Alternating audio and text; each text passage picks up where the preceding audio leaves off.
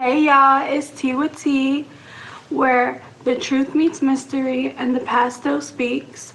Grab yourself up something to drink, get comfy, cause these videos are anything but soft.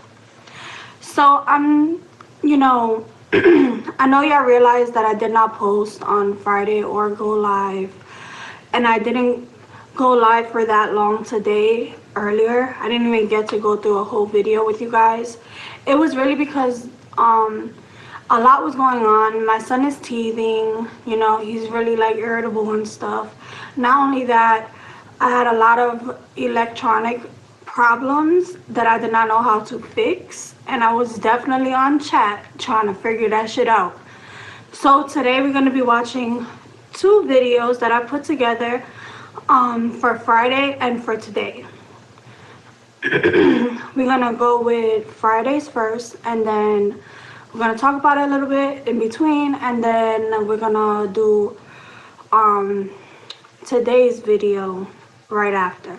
So we might be on here for a little long, like about an hour. So just let me know what y'all feel and how y'all feel about it. Leave y'all comments.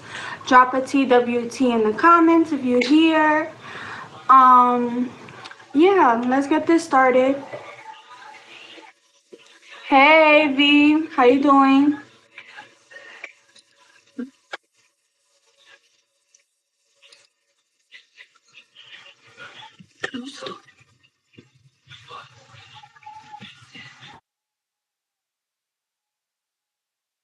Sorry, my baby came in the room.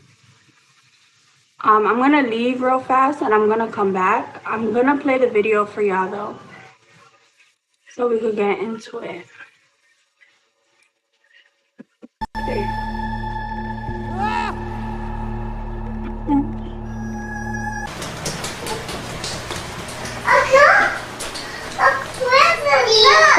What is it? It's a bike! The next video also showed Elaine and her two daughters just hanging around and having fun. I love you.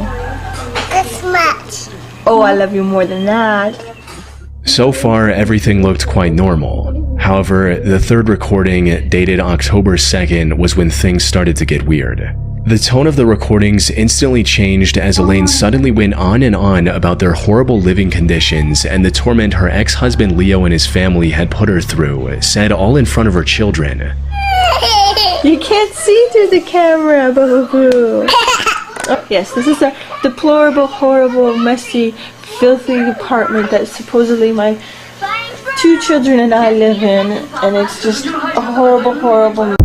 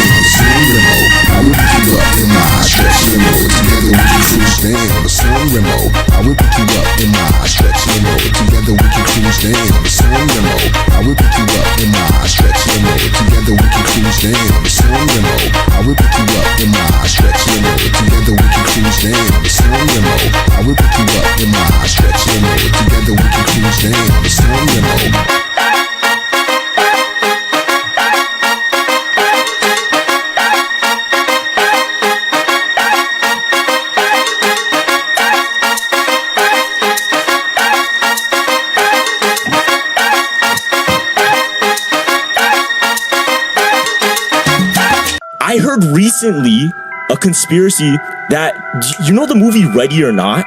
Yeah. So it's about this bride that gets married to a rich family, and she actually has to play a game to the death because she's marrying into this rich family. Because if they don't do that ritual, then they're all gonna die because they don't complete their deal with the devil. Okay. Now, apparently, This is based on Paris Hilton's sister. Paris Hilton's sister, Nikki Hilton, married into the Rothschild family. And when they made the movie, they gave the protagonist the same wedding dress that Nikki Hilton was wearing. Oh my god. I'm gonna show you right now. Symbolism is mine. Look at this, look at this. So, this is Nikki Hilton on her wedding day. She's marrying into the Rothschild family. This is Reggie or not. Look at the dress, it's the same exact thing. And it's meant to look like her and be like her as well. She's still in the family? Yeah, she's part of the Rothschild family. What's a conspiracy theory you 100% know is true? Root canals. There's this YouTube video, which before was a documentary on Netflix before it got pulled after 2 weeks, known as The Root Cause. The Root Cause discusses the big psyop by dental industry and by big pharma to fuck people's health up through root canals. You can't even watch it in the United States. You have to turn on a VPN because it's banned by the American Dental Association, which is in bed with big pharma, and I can say that because dentists can't say it because they'll lose their license, but I can say it because I don't have a license. I had a root canal recently removed, and once they did the DNA biopsy on the tooth, they found 20 different types of parasites growing and living inside of my jaw. So stay away from fluoride, and now stay away from root canals. What's up, everybody? Alright, you guys, so if you're not already following me, make sure you hit that follow button and let's get into this story. So Ashley Harden was a 38-year-old beautiful mother of 3. She lived in Rockford, Illinois, and she had a beautiful voice.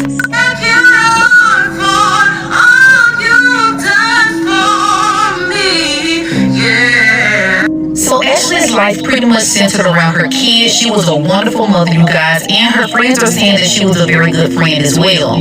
She was the person that lit up the room, and she was that friend that you would call to get advice from. So Ashley was dating a man by the name of Rayshawn Smith. Now, Rayshawn, on the other hand, was the total opposite from Ashley. Rayshawn had lived a very criminal past. He had did time in prison, and after getting out of prison, he even wrote a book about living a criminal past. Now, during their relationship, Rayshawn is saying that he was poly. He's saying that he told Ashley this and that Ashley agreed to this. But what I find very strange about this situation is Rayshawn would accuse Ashley of cheating. He would say that Ashley was cheating with preachers and that he didn't trust her, but he is the same man that said that he was poly and that he didn't mind this. Now, Ashley, at some time in this relationship, she decided to leave. She split and they broke up. But for some reason, Rayshawn could not let Ashley go. On July 23rd of this year, you guys, Ashley and her kids woke up to the smell of gasoline. Her and one of her sons, they went out to investigate this, and that's when they saw a white car. Ashley instructed her son to go back inside, and he did.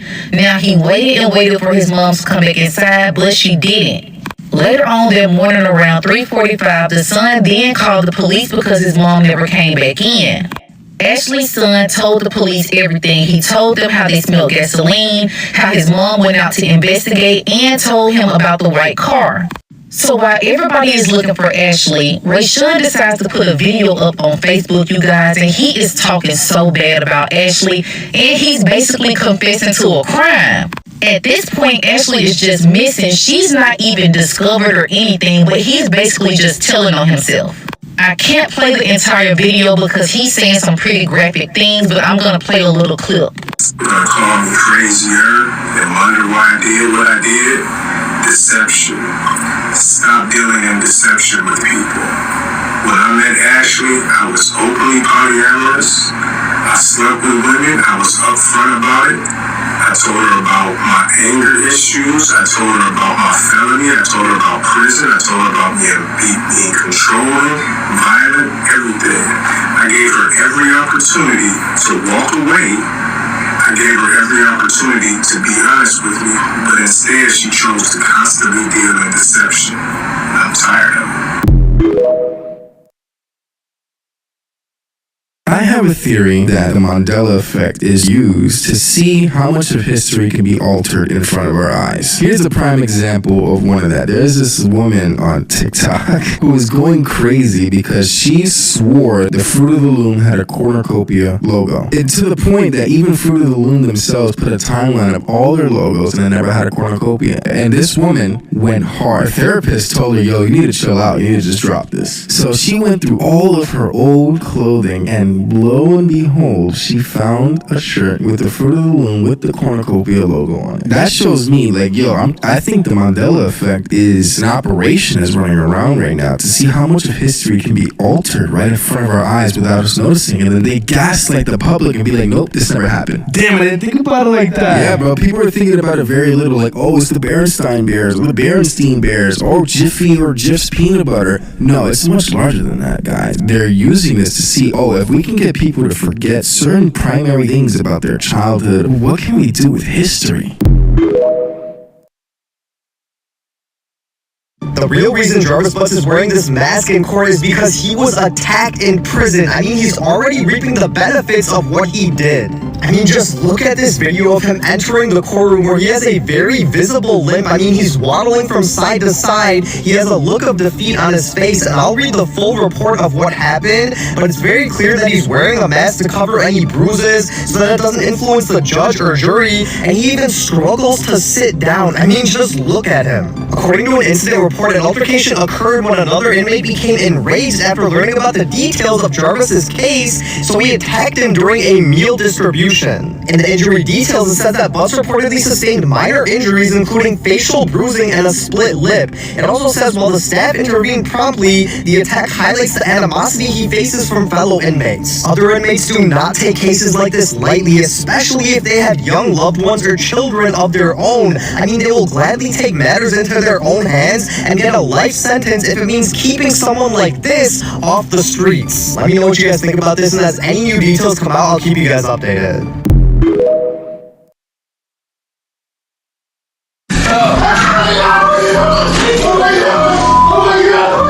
Hey guys, remember this guy right here, 43-year-old Jarvis Butts? This was the man convicted in the murder of 13-year-old Naziah Harris and the essay of several other minors, including his own daughter. He has died while in prison today, according to officials. Jarvis Butts had recently been sentenced on March 12, 2026 to 35 to 60 years in prison for second-degree murder, along with 10 to 15-year sentences for multiple SA charges involving children. These were going to be served concurrently, meaning he was going to be a free man again within 60 years. It's believed that Jarvis took Naziah's life after he learned that she may have been pregnant by him. At the time of his death, Jarvis was being processed at the Charles Egler Reception and Guidance Center, which is a facility run by the Michigan Department of Corrections, where newly sentenced inmates are evaluated and assigned to prisons. Officials said that prison staff found Jarvis unresponsive inside the facility on Thursday morning, March 26, 2026. Despite attempts to save him, he was pronounced dead from his injuries.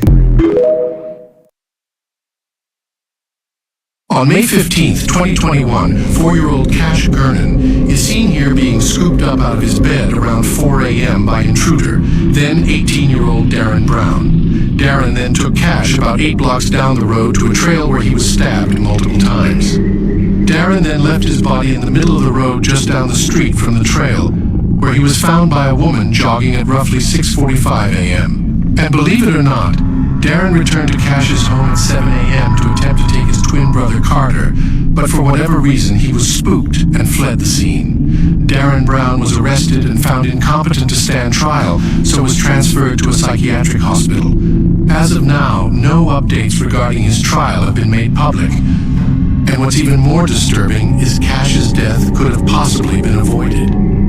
Just months earlier, on February 8th, Darren walked into a Dallas home located just down the street from where Cash was taken, where he attempted to take a 70-year-old man's 2-year-old granddaughter. And unfortunately, the homeowner didn't pursue charges at the time. Now we all know what's going on in Virginia right now. This man was driving at night. He looked over and he seen a little girl stranded, asleep, on the concrete, on the sidewalk. Not only that, worst area she can be in this time of the night, on Little Creek Road. Ain't no telling how long she was out there, but when you do look at this video, you're gonna see that she had to be exhausted, or just real tired, or just really trying to get away from something. She was sleeping and using her book bag as her pillow. on the concrete, y'all. Look at this. They were saying she was over at her best friend's house, but then she left in the middle of the night. No telling what was going on over there that made her want to leave in the middle of the night. This could be any reason, though. Did she get kicked out the house? Was she a runaway? Now we can say, y'all, that man right there was that girl guardian angel. You never know. Anybody could have did anything, especially how Virginia and what the hell they got going on right now. It's crazy. And honestly, how corrupt Virginia been lately, I really don't even trust the police right now. I don't know. Well, he would have been wrong if he would have picked that baby up and took her to the hospital himself. Because putting them in their hands, I don't know. That's like a 50-50. Not only that, I wish he had got a better little picture of her face, her face on the video, so we would have know and we can check in on her and see if she got help that she needed and who baby is that. We gotta protect our little ones, y'all. They up out here. So if you from over there, tap in. Let me know. What's the update? Give me a little update on it. Go do y'all, sir. Did you hear about the woman who said that she fell asleep for 12 hours and by the time she woke up, she remembered living a completely different life for 7 years and she had evidence that it was real? So this woman says she was a single and happy woman, living her life to the fullest. And one night she was about to go out with her friends, and she decided last minute that she didn't want to because she was tired. So she laid it on down in her bed to get some rest. And as soon as her head hit the pillow, she fell asleep, which was not normal because usually she was very restless with a lot going on in her mind. But this night, she drifted off to dreamland, and by the time she woke up, she was so rested, and she opened her eyes, but she looked around. Everything was different. And she was wondering, wait a minute, did I go out last night instead? Like, whose room is this? Like, she didn't recognize anything, but she was alone in bed. As she sat up, trying to understand what was happening, a man walked into the room. He looked at her and said, babe, you want strawberries and syrup on your pancakes? She was about to scream internally, like, who are you? But instead, her heart and her mind said, yeah, babe, both strawberry and pancakes, but make sure you only put syrup on the kids' pancakes, and I'll be out there in a minute. And he said, all right, babe, and he walked out.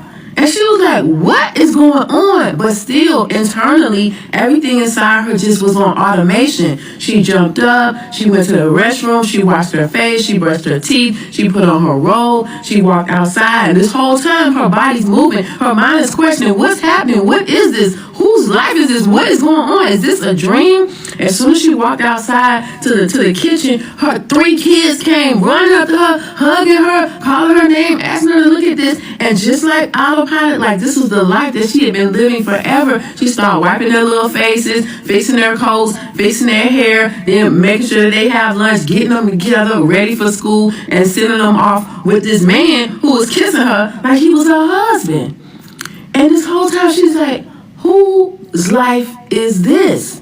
But she continues to live it. She gets dressed, she goes off to work. It turns out that she is a teacher and she knows everything that she's doing. And in her other life, she was nothing like that. But it's just, she doesn't even remember her old life. But she's feeling like something is off about this one. But she continues to take care of her family, take care of her kids, live with her husband, fight with her husband. They have birthdays. The kids start to grow up. She goes through some tragedies. Her husband helps her work through it. She loses weight, like the goals that she had. Like she is passionate about the things that's going on in her life and her children and her family, and watching all of this happen and being involved and growing with them. And all of a sudden, one night she's laying in bed with her husband and she's looking around and she gets a strange feeling again. Something compared. Man,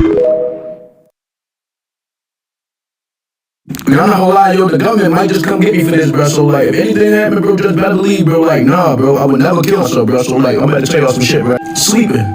Number one is about sleeping, my nigga. Like, what is that, bro? Like, what the fuck is actually sleeping, bro? Like, that's the closest thing to fucking dying, my nigga. Real shit. Like, bro, not even just sleeping, bro. Sometimes I don't understand, like, damn, when you sleep and you don't have dreams, it's just like you just remember yourself going to sleep and just waking up. You don't remember when you was asleep, my nigga? Like, you don't even be knowing when you going to sleep when you dozing off, cuz. Like, nigga, I literally be like, yo, get the fuck up, yo, you sleeping, yo. And have your dumb ass would just sit there looking like, yo, I won't even sleep, yo. But like, clearly a nigga be sleep, like, don't even know that they sleep. You feel me? Like, you like, damn, dummy. Like, where was you just at in your brain, dummy? And then dreams, bro. Like, explain them bitches, bro. A nigga be having dreams, bro. That shit is another dimension, man. You're not telling me no different, bro. That's you in another place, bro. That's your soul leaving out your body, bro, going somewhere else, bro. You just don't know about it, bro, but they do, though. And nobody talk about this shit, bro. Nobody talk about sleeping, but everybody just talk about death. And it's crazy because I was just watching some Joe Rogan shit, bro. Joe Rogan, my nigga Joe Rogan, bro. He said, people be scared to die, but people is not scared to go sleep.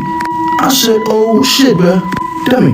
I don't want to sleep no more. It's like, I'm fucking bluff. I'm going to sleep after this, bro. But still, though, like, shit crazy, bro. Like, you ever think about that, bro? Like, damn, bro, like, when you go to sleep, bro, you basically, like, dead without, like, commitment. You feel me? Like, you basically, like, dead without, like, committing to, like, stay and sleep forever. Like, you just in competition with yourself. Like, you not in competition with yourself, type shit. Like, you definitely not on shit. Like, yeah, I ain't gonna, let's see who, can sleep the longest, bro. You feel me? Like, nobody doing no competitions like that, bro. I'm pretty sure nobody's doing no goofy ass shit like that, you feel me? But damn, yo, like, just think about that shit, bro. That shit really real. That shit fucked me up a little bit. I just seen a video of a woman saying, what if slavery was a part of one big 400+ year contract, and that the Africans and the slaves were literally just the sacrifices that they needed, that the founding fathers basically went to a deity and they needed black Africans to basically be the sacrifice. And I have never been more intrigued in something. Nothing has made more sense to me than that video, and I most definitely will be tagging this creator below because she is amazing. But yeah, she said she feels like slavery was a part of this contract. Like I said, 400+ year contract. And if you think about it, it just makes so much sense. And it was almost in a way like they were harvesting our energy. They needed our blood. They needed our fear to fuel them and make them be on top. And then I seen a lot of people go into details about how, like, they always want to call Hades so evil, demonic, because they do voodoo and practice all these different dark magic. But that's because Hades was the only place that actually still had their freedom, and they used their magic, their spirituality to win. Like, these people were literally using their magic and their spirituality to win. These French people was basically like melting. They were having these people's teeth fall out. It was crazy. They were bringing them back up and making them shoot each other. Like, it was crazy. But that's why they try to demonize Hades so bad, because they used their magic. But all along, they've been using magic. And it just gets deeper and deeper if you really do think about it. I seen someone in the comments mention how Oscarville, which was where Lake Lanier was, it used to be a black, predominantly black, thriving community that had racetracks, everything. Everybody was business owners, and what do? They go over there and make it into a lake. And it's like, now the veil is so thin now because that contract is up, and they're trying to do everything to take us back to where they were so they can still dominate. And it's like, look at the people that they took on the transatlantic slave trade. The people that was more in touch with their ancestors, their spirituality. They took us, like even the Native Americans, if you think about it like that. Then I seen another video of a woman that did a take on this as well, and she was like, just think of the rise of how America came up, so more higher ups forever, all for power. But like I said, I'm gonna tag this creator down below because that was so, like, nothing never made so much sense to me in my life. This is all fun theories and just thoughts. This is not something literal, but it's just a fruit for thought, because I never thought about it like that, but it makes so much sense. Let me know what y'all think in the comments. Yo, man, this thing right here gonna mess y'all head up, bro. All since I heard this, my head been jacked up, man. So we gonna all sharing the feeling, man. This guy here is a recording. He finna tell y'all how this lady went from this to this. And these pictures was taken at the same day, less than 24 hours apart. So she was one of the first black women to be a cop. And all through the hood, man, we just, everybody knew her growing up, and it just, we just never thought that, she would decide to, go that route.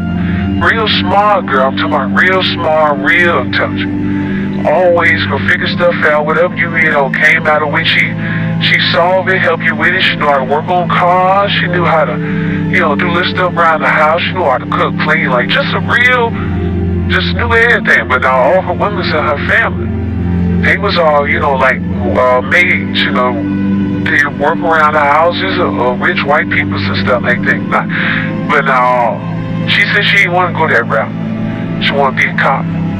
She wanted to have some power. She wanted to stand for something. And not that,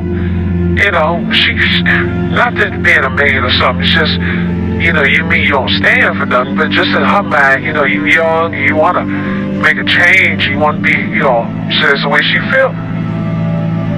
So she went out there and got that job, and it was good for her, like, she even got some little respect around the office. Now, I heard she had to bust a couple of them good old boys' heads, but eventually they learned to respect her. But now one night, she was out in a car with her partner. Now all of a sudden, they get a call. Now her partner, he responded to it, he driving, she in the passenger seat. So down there get there, it's an old warehouse. An old warehouse abandoned. And supposedly there's some screams or something like that coming up out the warehouse. So they get there and they stand around and, they look around. And her partner ain't really want to go in. But this lady here, she wasn't scared of nothing. I guess growing up in the ghetto just, make it a little tougher than the average. But it's a sad ending to this story. And this is what she looked like after they found her this night.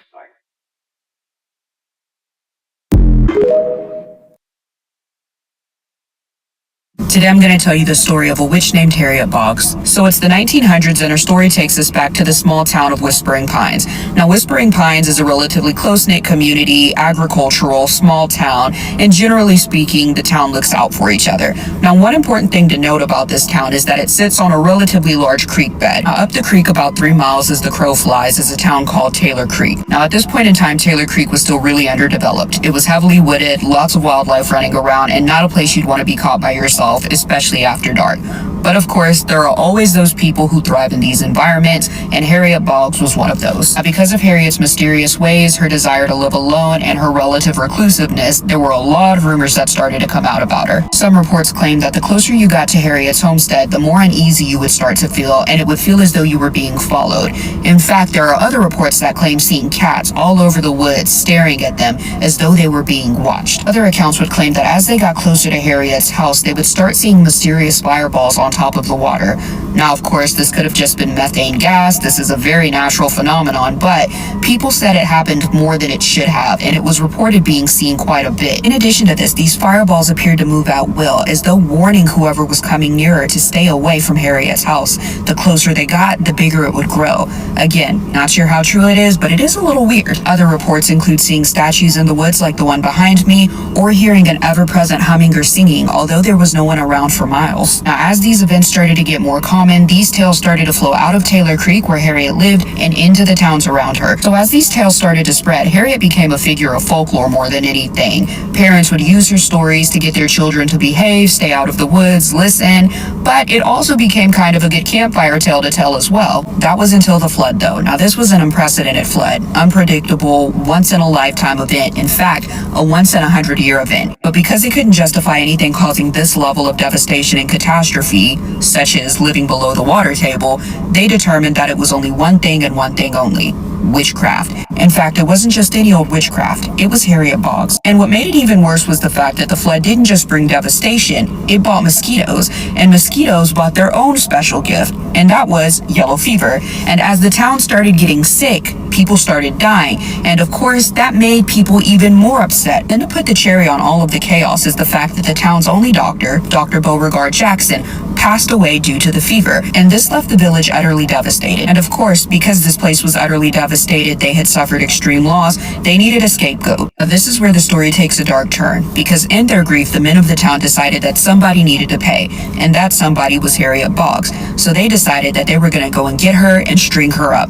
Now, it would be a courtesy if she even made it to the gallows, but we know that wasn't going to happen. But anyways, the men decided they would pursue Harriet, but there was something that stopped them. And that something was the fact that it was getting dark. According to these men, Harriet had dominion over the dark, and it wouldn't be wise to meet somebody in their element, so they decided they would wait until morning, and then they would go and find Harriet and make her face justice. Now, all that night, the men waited up, anticipating their chance for justice, but they weren't alone. There were howls and cackles outside of the window, cats, weird figures, everything seemed to be surrounding the town, just a feeling of utter darkness. Now, morning finally came for the men, and as they prepared to go out and exact their revenge, they noticed that there was a black cauldron in the middle of their town square. And as they got closer to it, they noticed there was a note on it that said, "Drink me." Now, of course, nobody wants to drink mysterious liquid from a mysterious cauldron, but desperate times call for desperate measures. So they called every member of the town out, and everybody got a spoonful, and as they were drinking it, they noticed there was a change in the weather. Previously murky and kind of muggy outside, the sky cleared and there was bright sun. So on this very cloudy day, the men called a town meeting, and everyone in the town came out to see what they wanted to talk about. And of course, as they got there, they noticed the cauldron as well. Now, the men instructed them to do one thing, and that was take a drink. So everybody passed the ladle around. Don't worry about any other viruses, just drink the juice, and everybody in the town did so. And miraculously, as they all started to pass the ladle around, the sun started to come. Again, these people had just experienced some massive storms and flooding, so the weather was still pretty bad for them. But like I said, as they started to pass the ladle, the sun came out, things appeared to cool off just a little bit, and you could feel the overall mood in the town just get a little bit lighter. Even better, in a few days, people miraculously started to recover.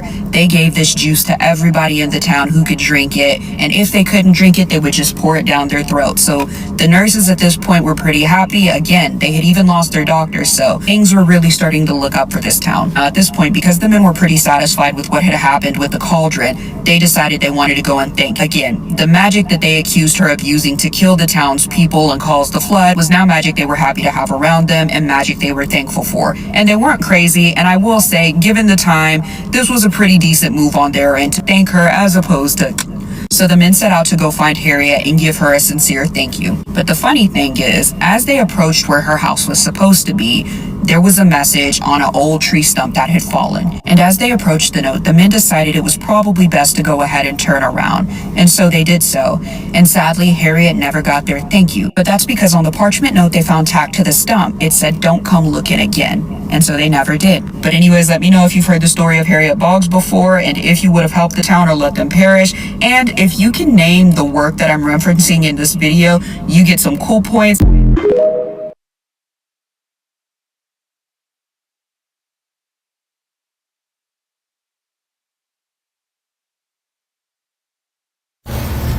Quick message, right? A lot of us are gifted from the Most High. And when I say this is, if you were that person that was like, "Yo, don't do that," or "Yo, I told you that person was like that, you didn't listen to me." 10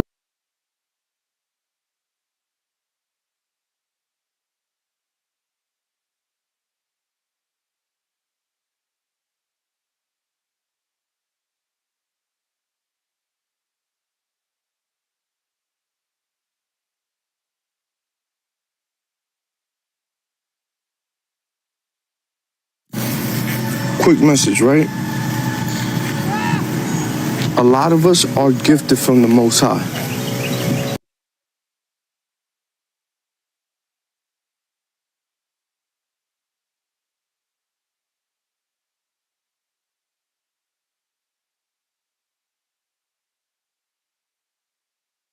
Right? A lot of us are gifted from the Most High. And when I say this is, if you were that person that was like, "Yo, don't do that," or "Yo, I told you that person was like that, you didn't listen to me," 10 times out of 10 is because you gifted, you anointed for the Most High. And I want to say this too. Listen to yourself more, beloved, because that little gut feeling, that little intuition, that little subtle it's because that individual is like that. Trust me. Test the spirits to know they from God. That's what the Father says. If you're a beginner in hoodoo and you need some money, come with me to the dollar store. We're gonna make a money bowl. First of all, offerings are always important before you do anything, and today for some reason I want candy. So we're gonna find some candy. I'm about the candy out. Usually you'll find old school candy at the dollar store.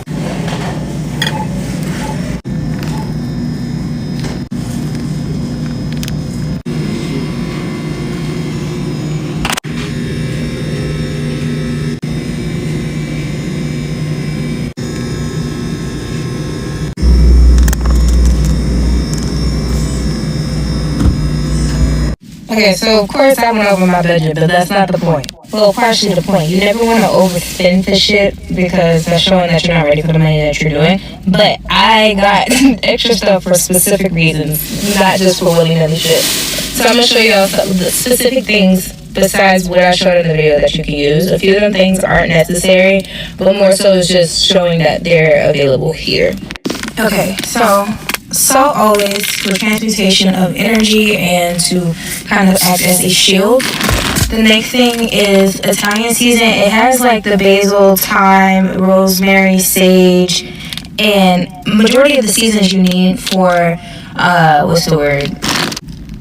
prosperity and abundance are already in here. So getting this is the start. The next thing is some tea light candles, or if they have birthday candles in there, getting some birthday candles, making sure you get the green one. There's usually also 7-day candles there at like the tall pillar ones that you can get your hands on. I didn't want that. I have one at home. And I also have a smaller candle to use as well, so I didn't need it. Rice is the next thing. And then I also got lentils. The other items I got was for different spell work. If you want to see those things, comment in the comment section below and I'll tell y'all what it's for. I am going to go to like Public, Target, Walmart or something to get black eyed peas.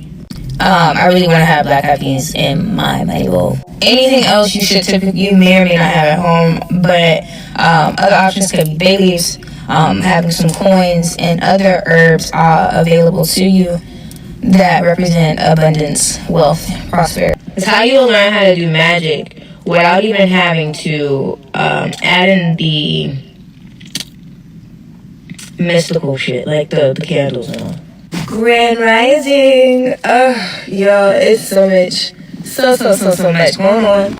And I'm doing my damnedest to transmute it correctly. I feel like I have. I had a show last night and it went really well. I got upwards to 20 followers in one night from the event. So, but also, I want to talk about just the importance of intention, just as well as when it comes down to doing your conjuring or magic.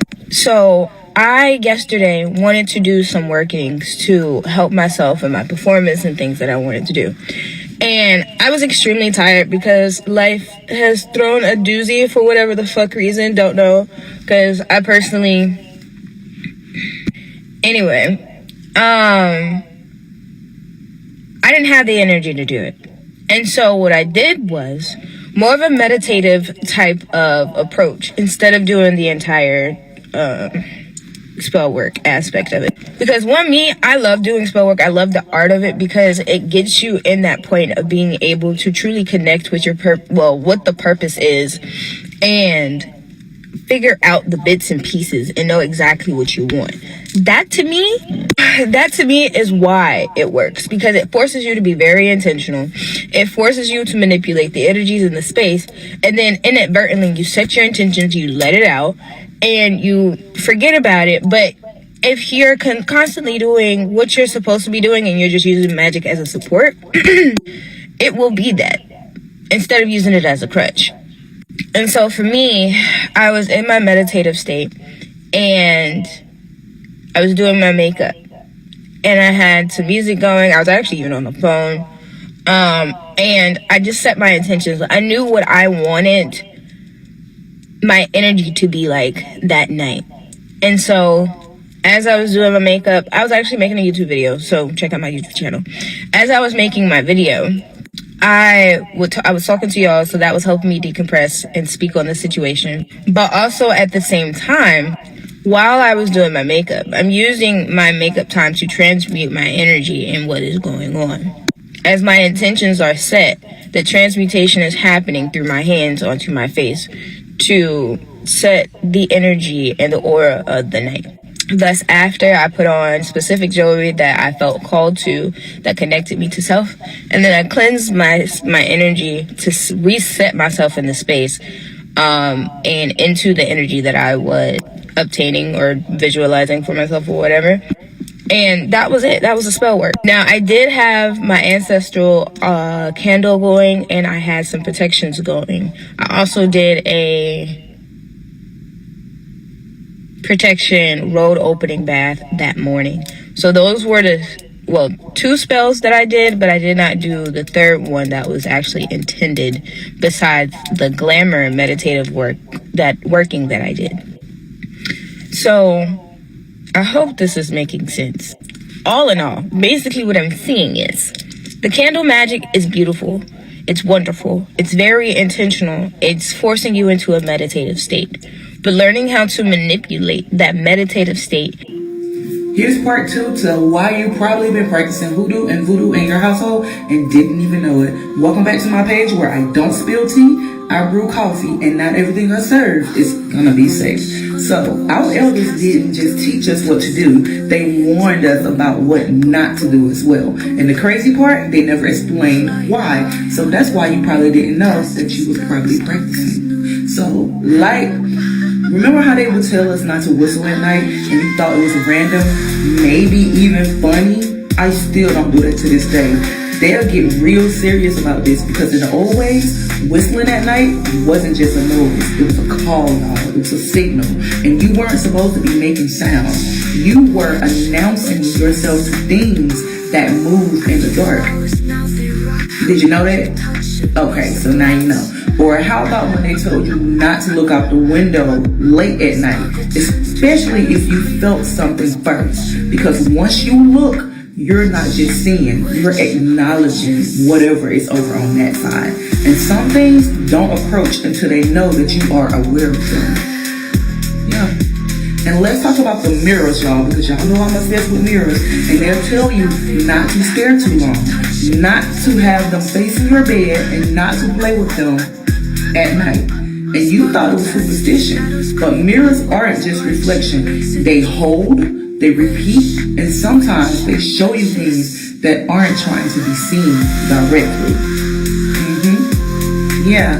And this one right here, sleeping with your door wide open.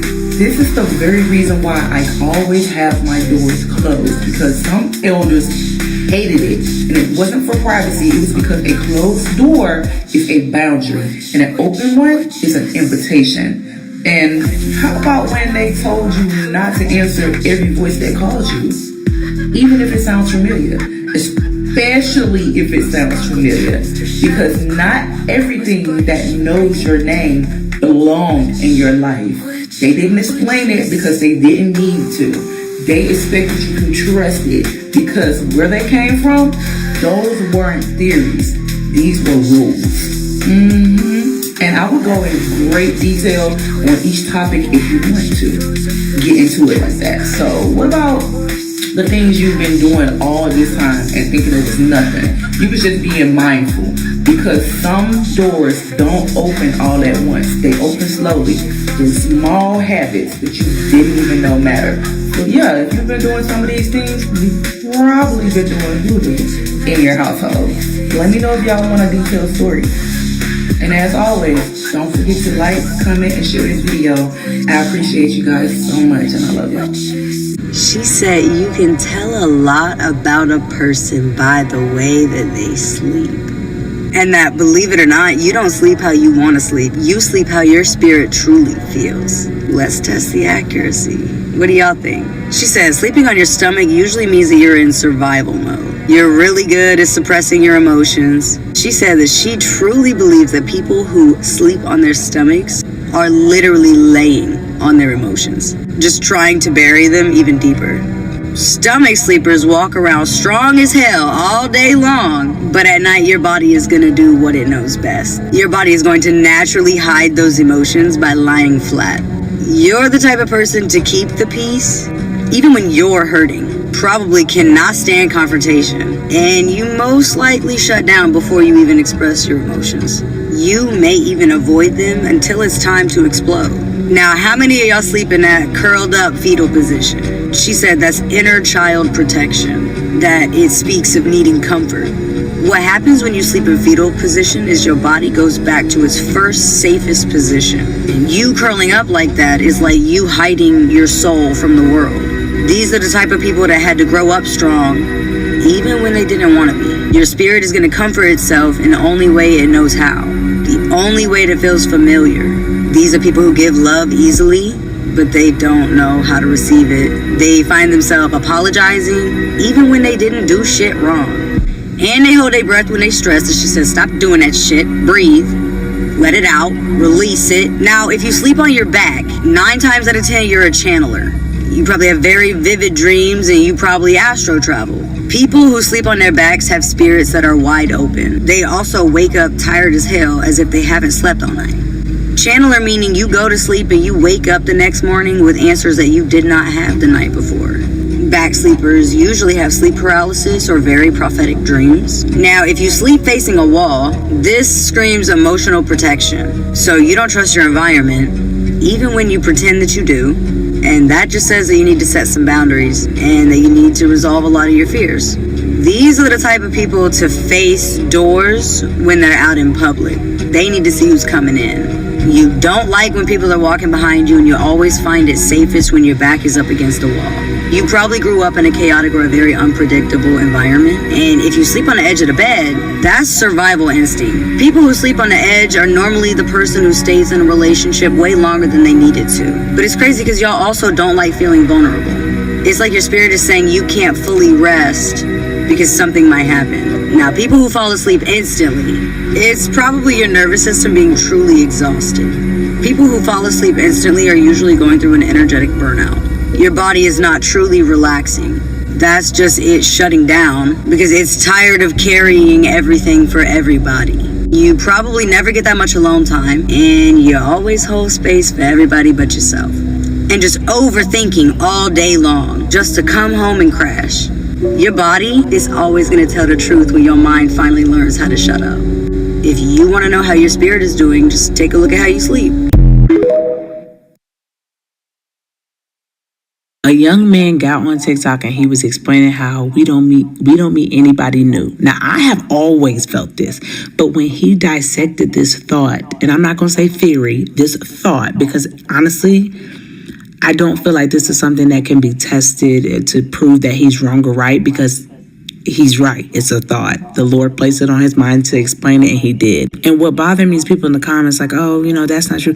Just because you can't consciously remember someone does not mean that they have not already been attached to you in some shape or form. I am seeing that more and more and more now that we've gotten out of that Neptune in Pisces, because I feel like when Neptune was in Pisces, it was secretly getting you to understand that you were connected in some way and you were filling in the blanks. You didn't really have any clear direction or clear synchronicities to say that you and this person are connected in some way. That now that Neptune is in Aries, it's like, yes, past life lover, homie, old sister, old boss, enemy. And you're just like, the moment that I start accepting that nobody I met was new, I literally started to have a whole different outlook on the connection, the outcome, the interaction. I stopped trying to gatekeep my personality and fearing oversharing. Like, I just started to just be cool. Like, I really just started to be cool because I didn't look at them like a stranger. I started looking at them like, oh, I already know this person, so I don't even gotta go through all that. I don't even gotta tell them all that. You see what I'm saying? I ain't gonna lie, y'all know I've been outside more lately, and the theory has completely changed my outlook on life, that I am enjoying life. I don't fear oversharing anymore. I don't even have to talk about certain shit because in my mind, I already know you. You already know me. You might not remember, but I do.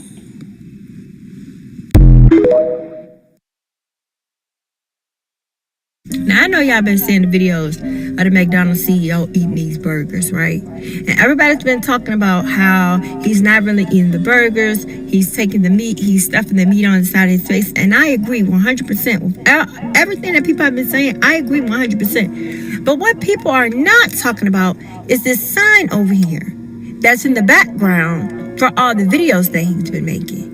Because my first thought when I saw that sign was, what does that sign say back there? I'm going to show you the sign. Now, this is what the sign says. The sign reads Herman Petty, right?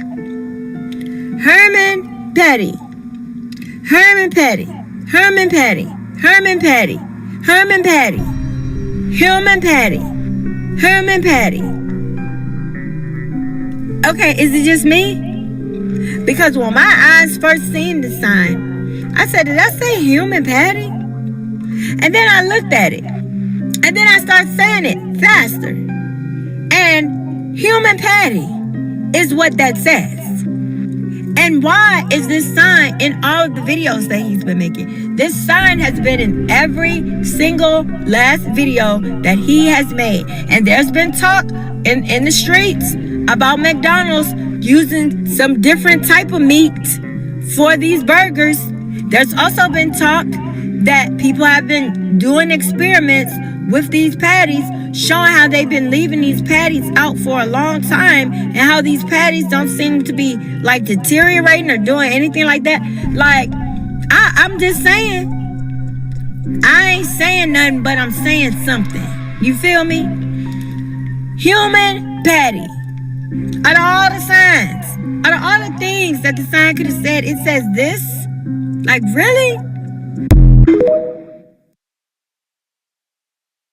Ever since that white boy went to jail for talking to dolphins, I wouldn't have believed it if they didn't take him to jail and then kill almost 40 damn dolphins. How the fuck would y'all know he actually talked to dolphins to arrest him for talking to dolphins if you didn't see the shit? You know he talked to them bitches and that's why he's locked up. So I started to deep dive because I got a fucking brain and I use it. So I ask, why is it illegal to communicate with dolphins? Many people believe dolphins aren't just animals, but highly evolved spiritual gatekeepers or extraterrestrial consciousness living in our oceans. They suggest that dolphins and whales are actually starseeds from the Sirius B star. That's one thing about them Africans. They know about them stars and don't nobody got a damn telescope. That's what be fucking me up. They don't even got shoes on. They know how far a fucking star is and the name of it. Here go another reason why we can't talk to them, y'all. There's a widespread belief in the New Age community that dolphin echolocation has a physical and spiritual effect on human DNA.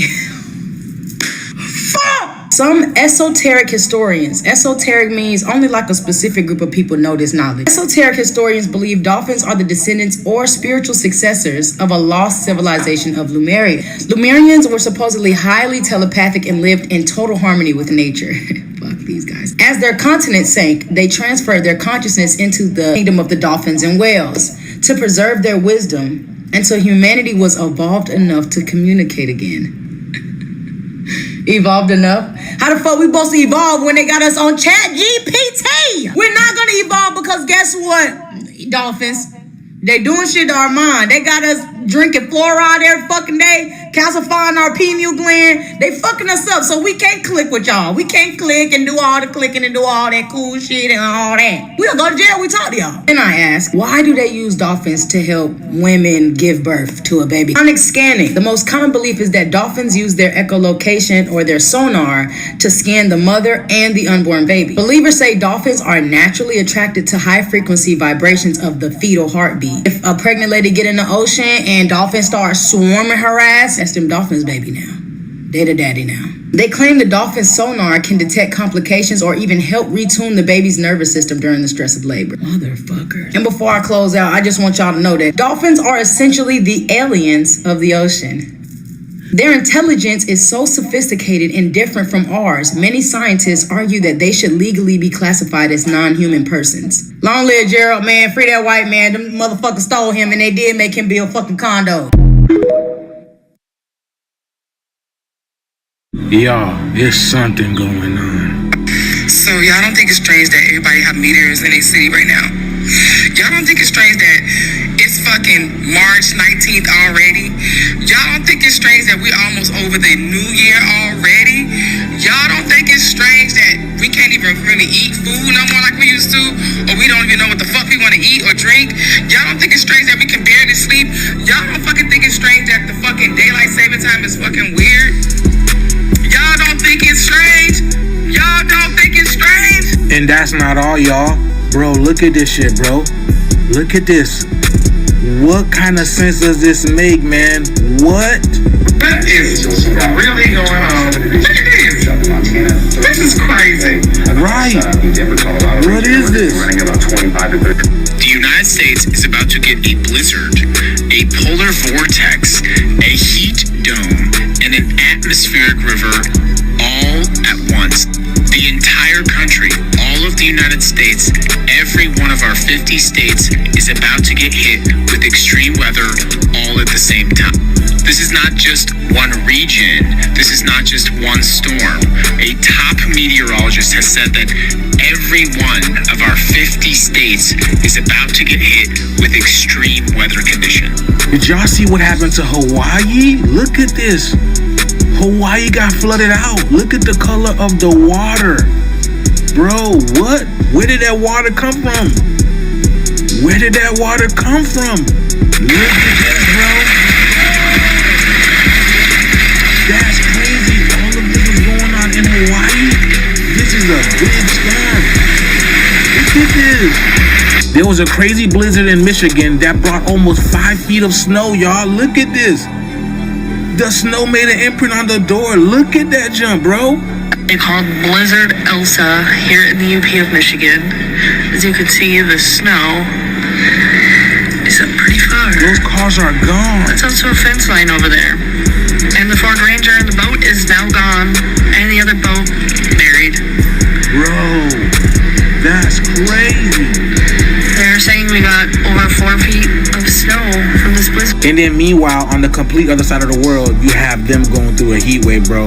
Mother Earth is really going through it, and I know y'all feel that one too. But let me know what you guys think about this video, man. The shift is here. We are in the midst of it. Let's continue to get it. Peace in. She fought on the floor, flipped upside down, boom, boom, boom. And so my wife recorded it, jumped on top of her command. I said, command the demons to come out, boom, boom, boom. They came out. She sat up in the chair, sitting there. We're all in the bedroom. She in her house, 26-year-old girl. And then I'm telling you what I saw. We were just sitting there. All of a sudden, I saw something. I can't explain it. It's like the air took on a form and it came right through the ceiling. Went into that girl. She flipped upside down and tried to bang herself against the bed to try to kill herself. And this is where it got crazy. Jumped on top of the girl. And, you can have different approaches. My approach is always to the demon, what is your name? I said, what is your name? He said, my name is Jason. I said, that's a stupid name for a demon. He said, you the one stupid. I'm human. He said, the demons couldn't get the job done. They too weak for y'all. So I came to kill her myself. So Satan was getting witches, humans, to lay their bodies down. It's called astral projection. Lay their bodies down. You travel. It's a strange scripture in the Ecclesiastes, the Song of Solomon. It talks about the silver cord of life.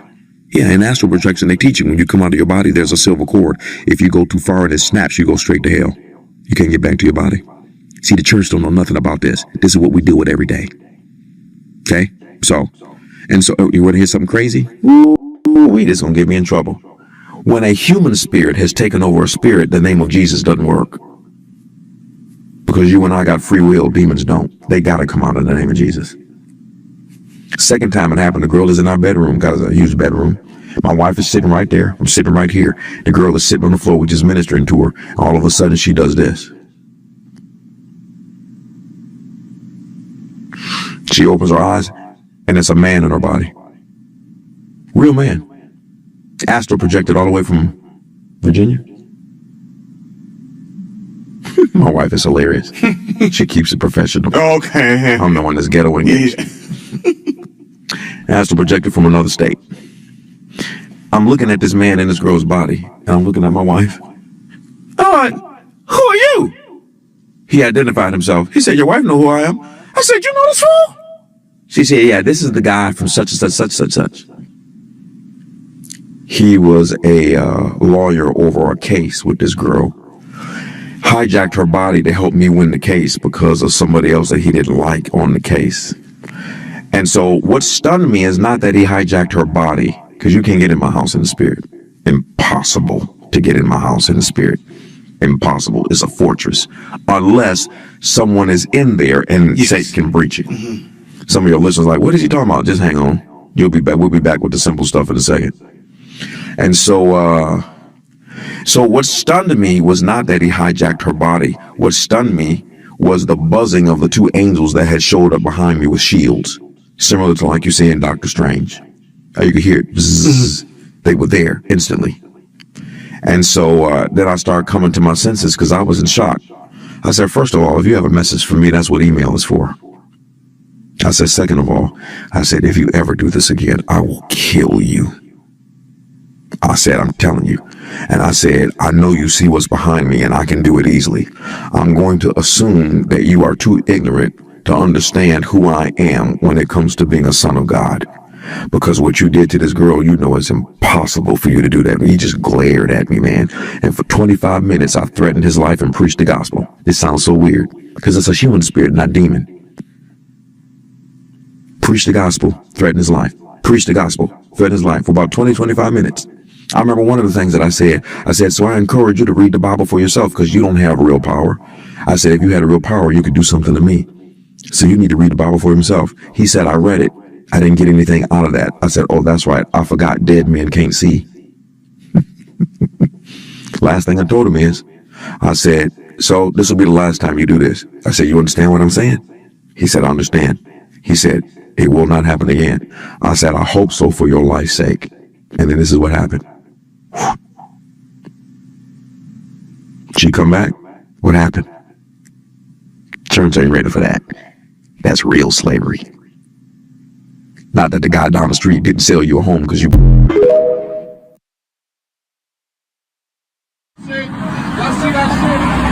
Hey man, what the fuck is that? Hey man, what in the fuck is this shit?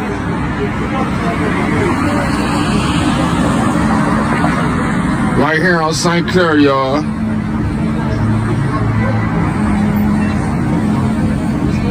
And them ain't no balloons. I got this shit. Them ain't no balloons. I got this shit. Hey dog, them ain't no balloons, dog.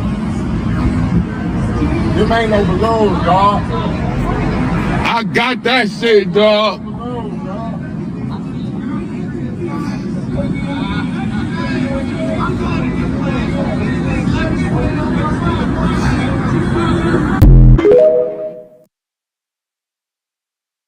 Now, why would y'all take that out the Bible? Tell me why Adam and Eve committed suicide.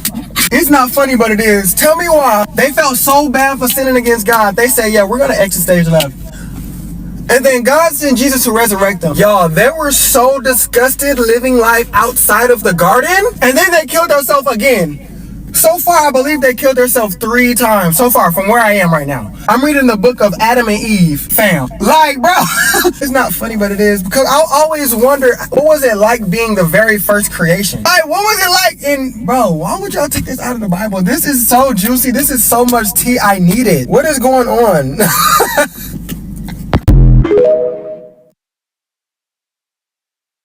If I advise you not to do something and your dumb ass do it anyways, you deserve whatever comes with that shit, bitch.